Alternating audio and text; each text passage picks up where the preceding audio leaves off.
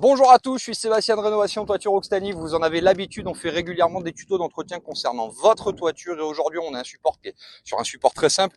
On est sur de la tuile ciment. Alors ciment, béton, comme vous voulez, elles vont avoir plusieurs appellations. La marque qui les a le plus fabriquées, c'est Redland, qui a été repris par Monnier. Et aujourd'hui, on va vous expliquer comment il va falloir entretenir vos toitures et surtout pourquoi. On est sur une tuile, effectivement, qui est un peu particulière, qui n'est pas en céramique, donc qui n'a pas de propriété d'étanchéité naturelle ou d'imperméabilité naturelle. Et dans ce cadre-là, ces tuiles, elles ont un revêtement qui est en fait une sorte de peinture, une membrane, qu'on va appeler un hydrofuge coloré. En l'occurrence, ce qu'on peut s'apercevoir, c'est que sur cette toiture, effectivement, approche-toi, hop, on va regarder rapidement. On commence à avoir une tuile qui est extrêmement granuleuse. Donc ça veut dire qu'en fait, tout bêtement, elle a perdu son imperméabilité. Le revêtement, avec le temps, est parti. Et qu'est-ce qui se passe? On va regarder deux facteurs. Facteur numéro 1, j'en ai volontairement enlevé une ici, d'accord? Donc on va s'apercevoir que la tuile dessous, c'est un véritable buvard. L'humidité passe dessous. Alors là, on est sur la zone où on peut être en contact avec les lithos. Vous vous doutez que les lithos sont en bois, donc techniquement parlant, ce qui peut se passer, c'est qu'à un moment ou à un autre, les lithos pourrissent. Deuxième facteur, venez avec moi. On va retrouver dans la gouttière tous les réticulats de cette tuile, d'accord, qui va être ici. Je vous invite à regarder. Donc là, on a un joli petit tas de sable. Hop, on va vous montrer pour que vous puissiez comprendre. Et ça, c'est ni plus ni moins que vos tuiles. Donc les tuiles partent en petits morceaux et finalement, en fait, avec l'érosion de la pluie, elles s'abîment. On va vous expliquer par un traitement complet comment on va mettre en place un chantier comme celui-ci. Et ça s'appelle donc un chantier par un hydrofuge coloré. Et on va le voir dans quelques minutes. À tout à l'heure.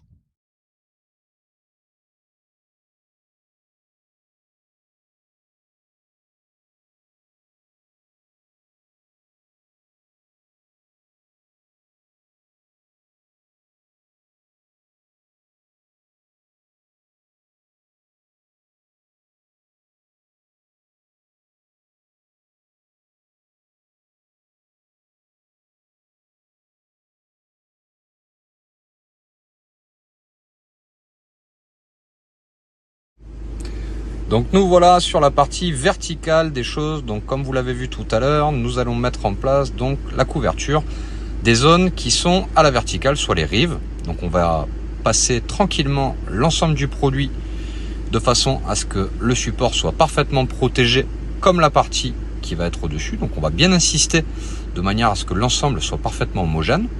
On va bien entendu insister sur l'ensemble des zones de recouvrement, comme on peut le voir ici.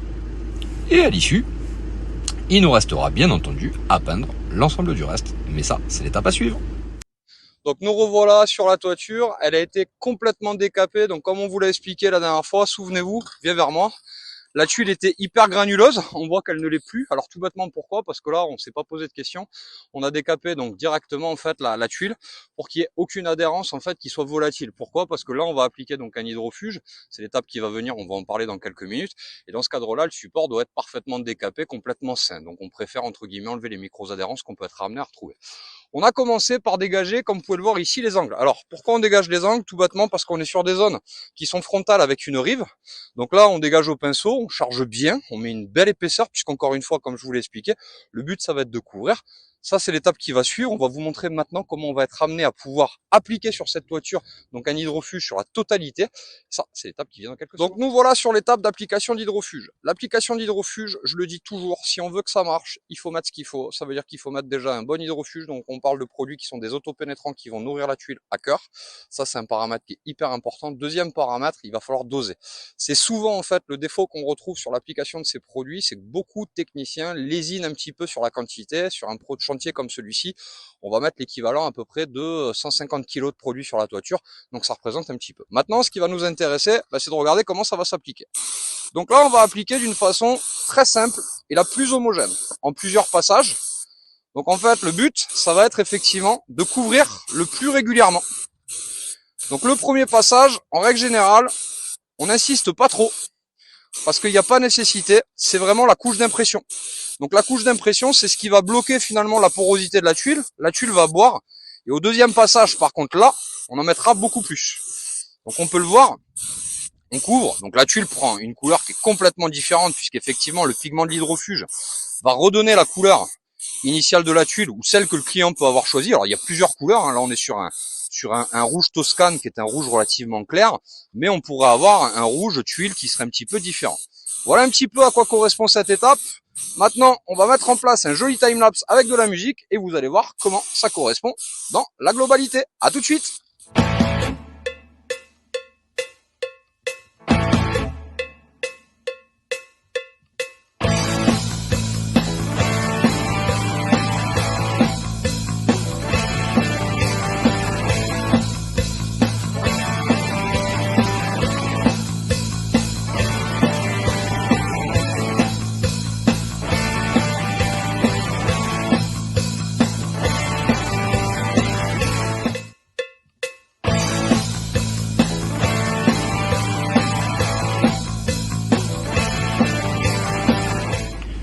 Donc nous voilà sur un chantier fini. Donc vous pouvez voir un petit peu à quoi ça correspond. Ça y est, c'est propre. La toiture a repris son homogénéité. On a eu de la chance, le soleil était avec nous, ce qui est plutôt confortable par rapport à ça. Donc maintenant, ce qu'on va regarder, c'est le résultat final. Donc vous le savez, la toiture était largement encrassée. Maintenant, on est face à une toiture qui est parfaitement propre. Donc tout a été nettoyé, tout a été imperméabilisé, hydrofugé. Donc la toiture a repris sa couleur initiale. Et maintenant, ce qu'on va regarder, c'est le côté granuleux qu'on avait bien entendu avant, qu'on n'a plus. Donc celle-ci a été complètement homogénéisée par en fait plusieurs couches d'hydrofuge. Et une fois que cette couche est mise en place, eh bien, on va retrouver donc la phase d'imperméabilité. On en parlait tout à l'heure. La tuile peut se charger d'humidité, la microvégétation peut se développer. Dessous, on peut avoir donc un support en litho qui lui prend l'eau aussi. On peut avoir une déformation de la structure qui va créer bien entendu une déformation donc de vos lithos. Cette opération c'est fini.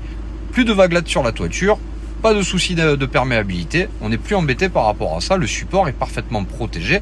Il n'y a plus de risque à venir. Donc maintenant, on va revenir sur les dernières phases. On a saturé donc la toiture. Les vaguelettes au niveau donc des lithos qui peut être endommagé, il n'y en a plus. La toiture est parfaitement protégée. Vous avez peut-être un projet comme celui-ci. C'est pas compliqué. Un seul numéro, 05 61 63 28 17. Vous nous retrouvez sur l'ensemble des réseaux sociaux, Facebook, TikTok, YouTube, Instagram. On vous dit à bientôt et un seul numéro, 05 61 63 28 17. À bientôt.